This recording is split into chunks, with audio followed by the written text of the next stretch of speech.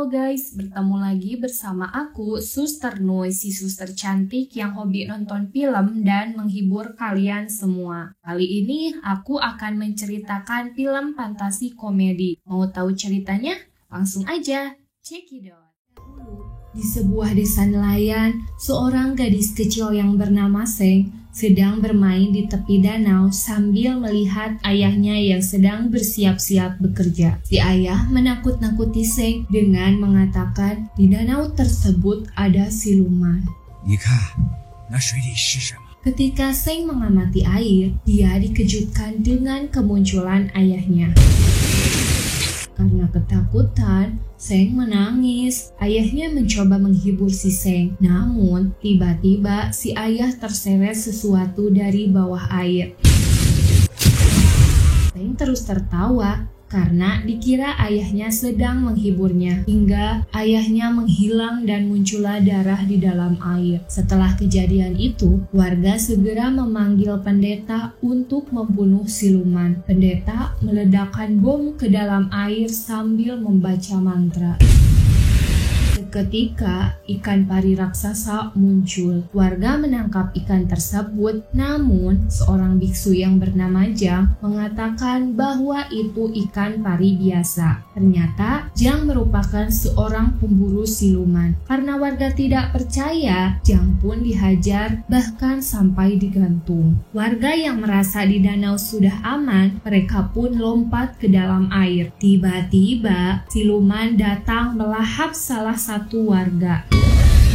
Semua panik dan segera naik ke daratan. Pendeta menenangkan warga dengan mengatakan bahwa di daratan aman. Namun, teman pendeta yang malah dilahap. Semua warga berlari. Jang menyuruh warga untuk tidak bergerak. Namun, Seng malah lari menghampiri ibunya. Dan benar saja, siluman itu menangkap Seng. Warga mencoba menyelamatkan Seng dengan memotong lidah siluman tersebut. Namun, Seng malah terpeleset dan siluman langsung melahap Seng. Karena marah, si ibu langsung melompat ke dalam air. Monster itu muncul tepat di depan si ibu. Si ibu memohon untuk mengembalikan anaknya, namun siluman itu malah melahap si ibu. Siluman tidak sengaja menghancurkan bangunan di dekatnya, sehingga membuat bayi jatuh. Untungnya, Jang menyelamatkan si bayi. Tak cukup sampai di situ, siluman terus mengejar bayi itu. Dengan segala kekuatannya, Jang berhasil menyelamatkan si bayi. Jang meminta bantuan kepada pendeta untuk membunuh siluman, tapi pendeta itu pengecut hingga datanglah seorang wanita dengan badan yang sangat besar, lalu melompat ke ujung papan yang ada silumannya.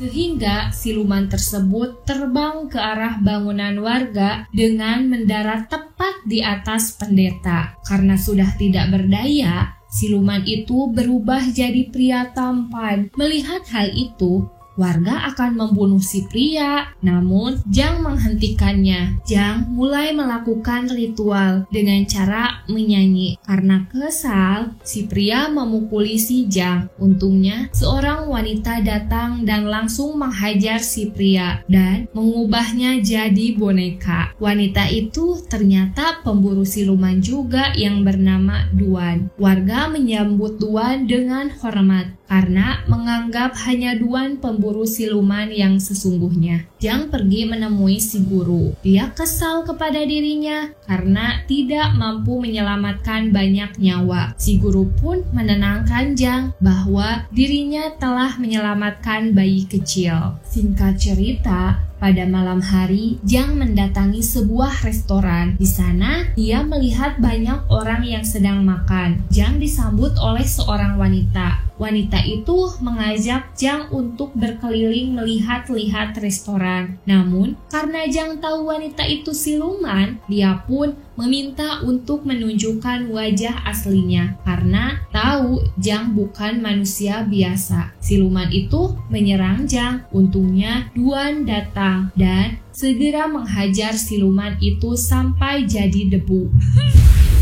Lalu Duan menghajar semua siluman yang ada di sana. Duan tahu ada satu yang tersisa. Pria itu pun menyelinap ke belakang Duan. Untungnya Duan sigap menghajar siluman itu. Mereka berdua bertarung secara sengit, bahkan sampai menggunakan senjata masing-masing. Siluman hampir mengalahkan Duan. Untungnya Duan sangat kuat. Duan balik menyerang dan membuat siluman itu menunjukkan wajah aslinya, yang ternyata itu adalah siluman babi. Duan meminta Jiang untuk membantunya mengeluarkan roh siluman dengan cara mencium siluman babi itu. Karena wajah siluman itu menjijikan, jadi Jiang sangat malas. Untungnya Jiang tidak sengaja jatuh mencium dan menghisap babi itu. Duan pun langsung menghisap siluman babi dari mulut Jiang dan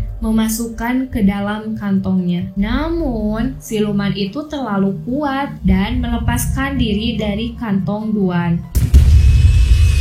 Jiang dan Duan segera melarikan diri. Anehnya, mereka berada di tepi danau. Duan kesakitan akibat pertarungan tadi. Saat membuka bajunya, ternyata dadanya penuh dengan luka. Duan meminta Jiang untuk menekan luka agar menghentikan pendarahannya. Karena Jiang tidak biasa melihat pemandangan yang sangat indah, dia pun sampai mengeluarkan darah dari hidungnya. Duan mulai memejamkan matanya, berharap akan dicium. Namun, Jiang malah melarikan diri. Besok paginya, Jiang menemui gurunya. Dia mengatakan bahwa dia gagal lagi. Si guru menyuruh Jiang untuk menemukan siluman terkuat yang akan mengajari cara untuk menaklukkan siluman. Ternyata dia siluman yang dihukum budak selama 500 tahun di Gunung Lima Jari yang bernama Sun Wukong. Malam harinya, Jiang mulai mencari Sun Wukong. Di perjalanan, Jiang menginjak jebakan.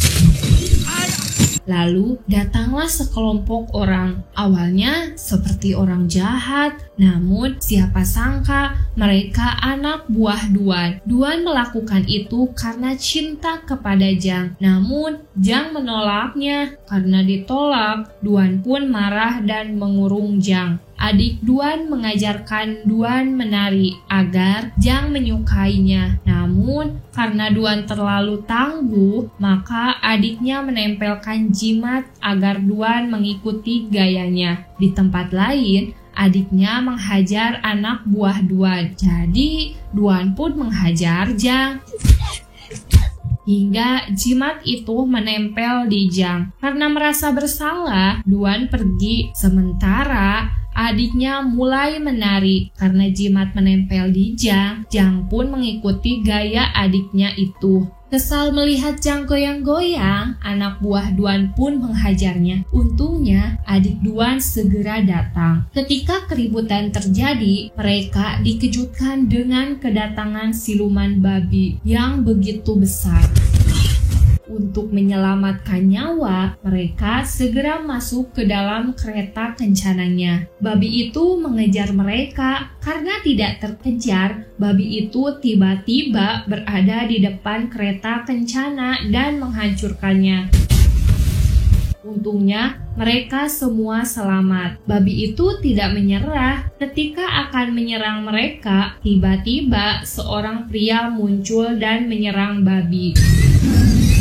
Babi itu kabur, namun pria itu diserang oleh kakek-kakek dan muncullah pangeran didampingi dayang-dayangnya. Ternyata mereka semua pemburu siluman yang sedang memburu siluman babi. Karena mereka semua ribut, Jiang kesal dan mengatakan daripada mereka ribut, mending bersatu melawan siluman babi. Jiang pun marah kepada Duan dan meminta buku yang diambilnya. Duan balik marah dan menyobek buku Jiang. Duan pun memukuli Jiang. Duan mencoba merayu pangeran untuk membuat Jiang cemburu. Namun, bukannya cemburu, Jiang malah cuek dan melanjutkan perjalanannya. Setelah melakukan perjalanan yang begitu panjang, akhirnya Jiang sampai di kaki Gunung Lima Jari. Di sana hanya ada kuil kuno yang sangat gersang. Jang melihat ada patung Buddha di kejauhan. Setelah menelusuri patung tersebut, di sana banyak tanaman hijau di tanah gersang dan melihat satu bunga teratai putih. Ternyata di bawahnya ada gua. Di dalam gua, dia bertemu dengan pria yang bersikap aneh. Ternyata itu Sun Wukong. Jang meminta bantuan untuk mengalahkan siluman babi. Sun Wukong mencoba mengelabui Jang untuk melepaskan segelnya. Dia mengatakan itu sebuah mantra yang bisa menghancurkan semua siluman. Untungnya, Jang menolaknya. Karena kesal, Sun Wukong akan keluar dari gua. Namun, tubuhnya terikat oleh akar. Karena melanggar aturan, akar itu pun mencambuk Sun Wukong.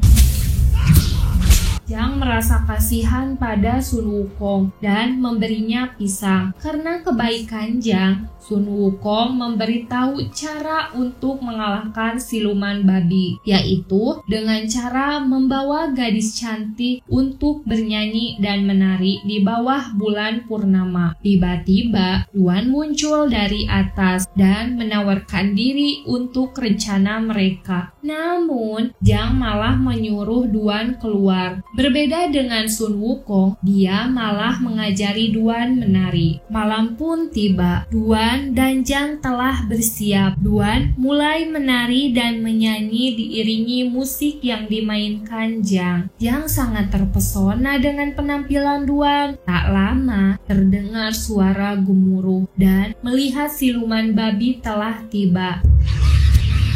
Sun Wukong mulai berbicara dari dalam gua dan mengintip dari balik bunga teratai. Lalu babi itu terjatuh ke dalam gua. Duan mengubahnya menjadi boneka dan memberikannya kepada Jang. Duan melamar Jang, namun Jang tetap menolaknya. Karena cincin tersebut tidak bisa dilepas, Jang mencoba melukai jarinya. Sedih akan perlakuan Jang, Duan pun mengembalikan buku yang telah dirusaknya. Lalu Duan pergi. Jang keluar dari gua. Dia melihat bulan purnama yang mengingatkan kepada Duan. Jang pun sedih karena telah membohongi perasaannya. Dari dalam gua, Sun Wukong mengatakan ingin melihat bulan purnama, namun terhalang oleh bunga teratai. Jang mencabut bunga tersebut. Tiba-tiba bunga itu terbakar, lalu menyebabkan kebakaran besar. Ternyata Sun Wukong berhasil menipu Jang, lalu melempar Jang. Sun Wukong memberitahu Jang bahwa teratai itu segel yang sebenarnya. Jang mengatakan bahwa Sun Wukong hanya terbebas dari gua, namun Buddha terus mengawasinya. Karena marah, Sun Wukong menjambak rambut Jang sampai botak. 3 pemburu siluman datang satu persatu menyerang Sun Wukong dengan cara masing-masing. Namun dengan mudahnya Sun Wukong mengalahkan mereka. Bahkan Sun Wukong membuat 3 pemburu siluman jadi abu. Sekarang Sun Wukong akan menyerang Jang. Tiba-tiba Duan muncul dan menyerang Sun Wukong dengan gelangnya. Karena bukan tandingannya, Duan kalah. Jang merangkak ke arah Duan dan Duan menanyakan apakah Jang pernah mencintainya. Sambil menangis, Jang pun mengatakan mencintainya sejak pertama kali bertemu. Mendengar pengakuan Jang, akhirnya Duan meninggal. Jang pun memeluk, mencium, dan membawa cincinnya lalu memasangkan di jarinya. Belum selesai Jang berkabung, Sun Wukong mengambil tubuh Duan dan melemparkannya ke udara, membuatnya hancur berkeping-keping. Tiba-tiba, Sun Wukong merasakan sesuatu yang salah dan segera mundur. Jang mulai membaca buku yang dikumpulkan Duan, lalu muncullah patung Buddha raksasa. Patung itu mulai mendorong telapak tangannya ke arah planet, sehingga menciptakan gelombang kejut yang sangat besar. Sun Wukong tidak menyerah. Dia mengumpulkan seluruh energinya dengan cepat berubah menjadi King Kong sambil berteriak. Tangan raksasa itu mulai mendekat. Sun Wukong mencoba menahannya, namun dia tidak bisa. Bahkan Sun Wukong dibawa ke dimensi lain, tempat di mana Zhang berhasil menaklukkan Sun Wukong.